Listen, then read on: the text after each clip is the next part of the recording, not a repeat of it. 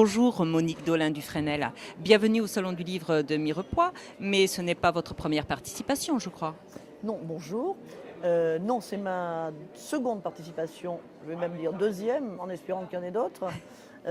Participation donc à ce salon du livre de Mirepoix, puisqu'il y a 2 ans, en 2012, j'ai obtenu un prix ici pour mon précédent ouvrage qui était sur la vie de Pierre-Paul Riquet, créateur du Canal du Midi et qui habitait plusieurs années ici à Mirepoix.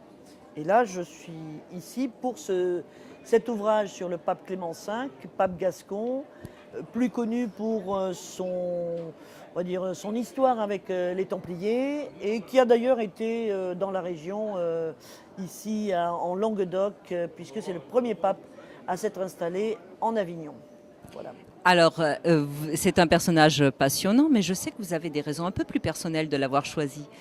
Et oui, il se trouve que Clément V est mon oncle à la 23e génération.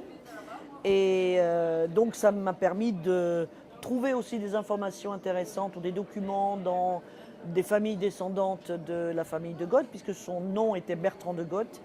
Et donc de donner aussi une vision de ce pape plus positive que celle qu'il a laissée dans l'histoire, parce que c'est quelqu'un qui a été extrêmement calomnié et vilipendé même.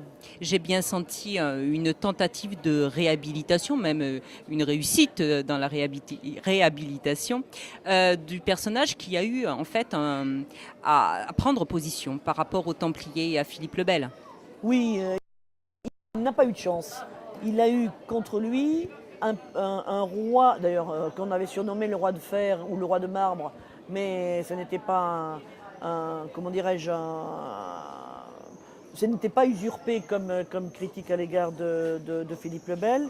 Et Philippe le Bel s'était entouré comme on disait, de légistes qui étaient des hommes de loi, enfin c'était des juristes. Et d'ailleurs, Clément V était aussi un juriste. Et il a eu fort affaire avec ce roi qui voulait détruire l'ordre des Templiers. Alors ce n'était pas le cas de Clément V. Clément V voulait au contraire unifier l'ordre du Temple avec l'ordre des Hospitaliers de Saint-Jean de Jérusalem, l'actuel ordre de Malte, pour faire un seul et même ordre pour reconquérir la Terre Sainte. Mais Philippe le Bel, lui, voulait récupérer les richesses des Templiers, Oui. d'où tous les mythes autour de Quelque part, des trésors. les Hospitaliers ont eu de la chance. Oui, oui, ils ont eu de la chance, oui, Parce absolument. que c'est très bien la fin des Templiers. Des Templiers. Euh, J'ai admiré votre bibliographie qui est impressionnante. Vous avez eu accès aux archives secrètes du Vatican? Ah oui, j'ai eu accès aux archives secrètes du Vatican et en particulier au procès des Templiers qui se trouve dans les archives du Vatican. Pour la petite histoire, les archives secrètes du Vatican, c'est 83 kilomètres qui stockent, on va dire, toute l'histoire de l'Église, même au-delà. Je pense que c'est une des bibliothèques ou comment dire, un service des archives le plus complet qui soit sur l'histoire de l'humanité. Un peu la bibliothèque d'Alexandrie, nouvelle version, si on peut dire. Mais c'est extraordinaire, les archives du Vatican. Oui, ça fait vraiment rêver.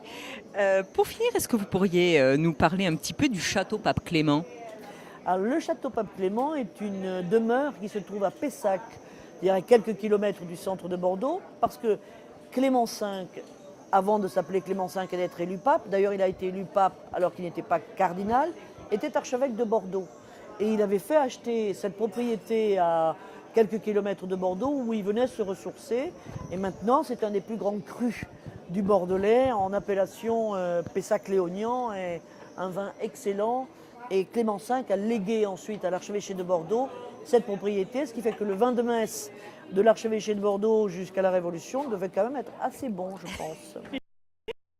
Pour finir, petite remarque, vous avez écrit donc 3 ouvrages.